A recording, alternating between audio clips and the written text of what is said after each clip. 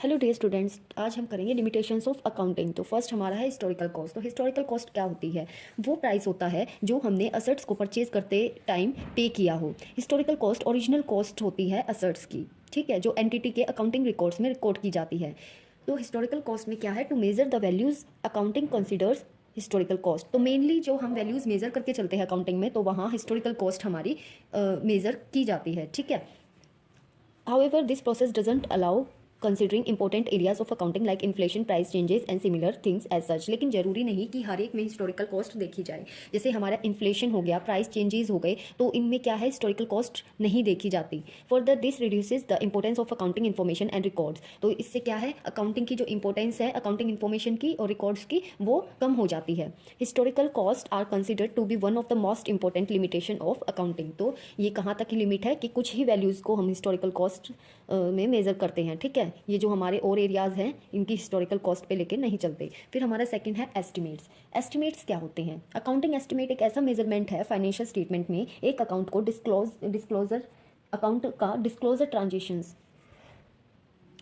Estimates accounting में क्या होते हैं? अकाउंटिंग एस्टिमेट एक मेजरमेंट है फाइनेंशियल स्टेटमेंट में एक अकाउंट का डिस्क्लोजर ट्रांजेक्शन्स या इवेंट का, जहां सब्जेक्टिव अजम्पशंस इन्वॉल्व होती हैं, ठीक है। Another important limitation of accounting is estimation. तो एक लिमिट इसकी क्या होगी? Estimation.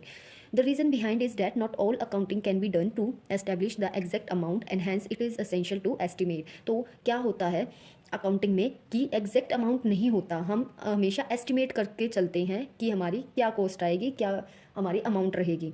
But the drawback in such a scenario is that the accountant makes the estimation based on his or her judgment, ठीक है। तो हमेशा अकाउंटेंट अपनी एस्टिमेशन कैसे लगाता है? जो उसने जज किया हुआ होता है। This estimation is extremely subjective as they are based on the assumption of future events. वो हमेशा फ्यूचर इवेंट्स की सोच के चलता है, तो ये एज सब्जेक्टिव होते हैं।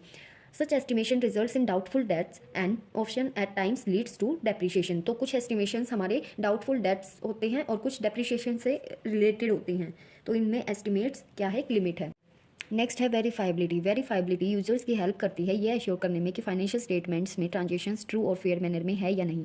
The correctness of the financial statement और for that matter and audit can not be guaranteed. तो जो फाइनेंशियल स्टेटमेंट्स की करेक्टनेस है या फिर उसको जो ऑडिट किया जाता है वो गारंटेड नहीं होती कि वो ट्रू और फेयर मैनर में है या नहीं। The verification of statements depends only on the judgement and ability of auditor. तो हमेशा वेरिफिकेशन ऑडिटर की जजमेंट और एबिलिटी पर डिपेंड होती है।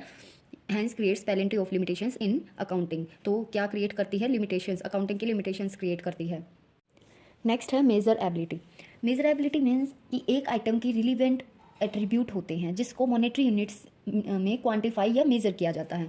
इवेंट्स और things that doesn't have monetary value can not be measured in accounting. तो accounting में क्या है, हमेशा मॉनेटरी वैल्यू को मेजर किया जाता है और जो थिंग्स और इवेंट जो मॉनेटरी वैल्यू में नहीं है उनको हम अकाउंटिंग में नहीं रखते। सच इवेंट्स और थिंग्स इंक्लूड जैसे मैनेजमेंट हो गई, रेपुटेशन हो गई, लॉयल्टी हो गई, डेडिकेशन, ये क्या है, मॉनेटरी वैल्यू में नहीं होते, ठीक है। Which can not be expressed in money and therefore has no place in accounting. तो अकाउंटिंग में इनका कोई प्लेस नहीं है। These important qualities are responsible for the growth of the organisation. ये जो क्वालिटीज है ये कहाँ ऑर्गेनाइजेशन की ग्रोथ में काम आती है, but they can not be measured and put in financial statement. तो इनको हम फाइनेंशियल स्टेटमेंट में कभी भी नहीं लेके चलते।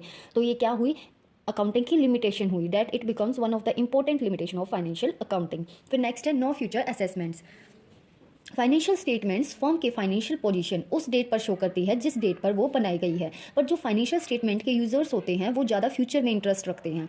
तो the financial statements prepared are based on date और द पीरियड ऑफ प्रिपरेशन। तो फाइनेंशियल स्टेटमेंट का प्रिपेयर होती है जो डेट होती है या पीरियड, जो एक फाइनेंशियल डेट फिक्स होती है उस पर प्रिपेयर होती है। But when it reaches the authorities of the company to access the future position of the firm, it does not provide the record of the present।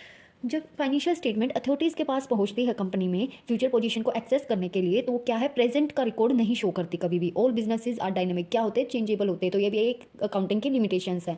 अगली जो लिमिटेशन है वो है हमारे एरर्स एंड फ्रॉड्स। अकाउंटिंग कौन prepare करते हैं? Human ही करते हैं। तो जायज़ है कि उसमें क्या है, एरर्स भी होंगे और फ्रॉड्स भी होंगे। These two limitations are the most common ones in the accounting. तो एक कॉमन लिमिटेशंस है, error is ought to happen as a financial statements are prepared by the humans and not machines. तो हमेशा क्या है, financial statements human से ही क्या है बनाए जाते हैं, मशीन्स का यूज़ नहीं होता। तो क्या है, एरर होने ही होते हैं। And frauds occurs whenever there is involvement in manipulation और similar other external and internal factors. तो फ्रॉड्स भी क्या है, मैनिपुलेशन से होते हैं या फिर हमारे एक्सटर्नल और इंटरनल फैक्टर से किए जा सकते हैं। These factors are very hard to recognise and rectify at the same time. तो एक टाइम पर इन फैक्टर्स को रिकॉग्नाइज करना बहुत ही डिफिकल्ट होता है।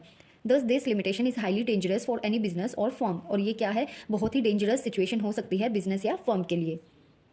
Our last limitation is accounting policies.